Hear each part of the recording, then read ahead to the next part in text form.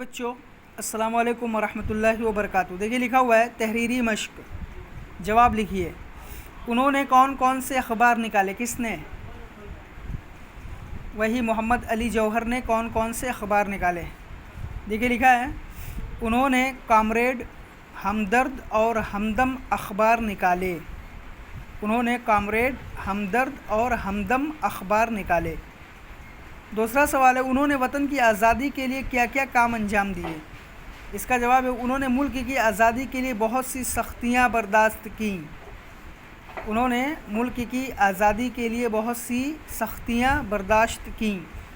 تیسرا ہے محمد علی نے گول میز کانفرنس میں کیا کہا تھا؟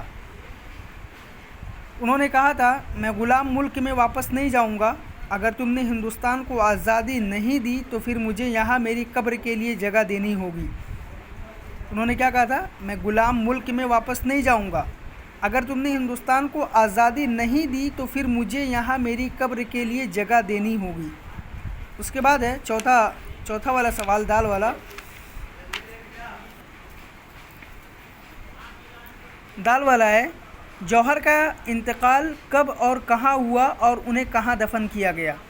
تو دیکھیے لکھا ہم نے لندن ہی میں 4 جنوری 1931 کو محمد علی جوہر کا انتقال ہو گیا اور انہیں 21 جنوری 1931 میں 15 دن بعد بیت المقدس فلسطین ہی میں دفن کیا گیا۔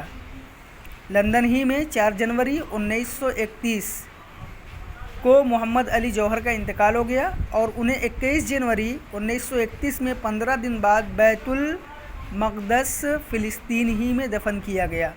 آپ یہ تمام سوالات اور ان کے جواب بک میں کریے اور فوٹو کلک کر کے ہمیں سینڈ کریے۔